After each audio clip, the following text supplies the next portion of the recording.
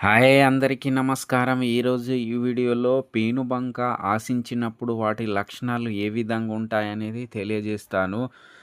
పేనుబంక వివిధ పంటల్లో ఆశించి రసాన్ని పీల్చుకొని ఎక్కువ నష్టాన్ని కలుగజేస్తాయి. మనం వీటి లక్షణాలు చూసుకున్నట్లయితే ఇవి మొక్కలు ఆకుల మీద చేరి రసాన్ని పీల్చుకోవడం వల్ల ఆకులనేది ముడుచుకోవడం జరుగుతుంది. అదేవిధంగా దీనివల్ల చూసుకున్నట్లయితే మొక్కలు ఎదుగుదల అనేది ఆగిపోవడం జరుగుతుంది. ముడుచుకోవడం జరుగుతుంది అన్నమాట. పేనుబంక ఆశించడం జరిగినప్పుడు. అదేవిధంగా చూసుకున్నట్లయితే ఈ పేనుబంక అనేది జిగట పదార్థాన్ని విసర్జించడం జరుగుతుంది. చూడండి, గమనించండి, దీనిపైన పేనుబంక ఆశించడం జరిగింది. ఇవి గమ్ లాంటి పదార్థాన్ని విసర్జించుకోవడం జరుగుతుంది.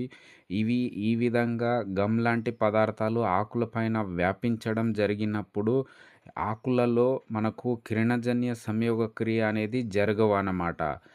ఈ విధంగా చూడండి, పైభాగం కింది భాగంలో రెండు వైపులా ఆ విధంగా పేనుబంక మోతం ఆశించడం జరుగుతుంది. దానివల్ల ఇంతకుముందు చెప్పిన విధంగా ఆకులనేది ముడుచుకోవడం జరుగుతుంది. అదేవిధంగా గమ్ లాంటి పదార్థాన్ని విసర్జించడం వల్ల ఆకుల్లో అనేది కిరణజన్య సంయోగక్రియ అనేది జరగవు అన్నమాట.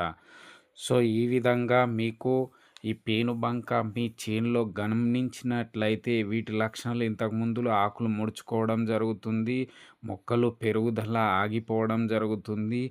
ఈ విధంగా మీ చేనులో కనబడినట్లయితే వెంటనే వాటి నివారణ చర్యలు చేపట్టాలి.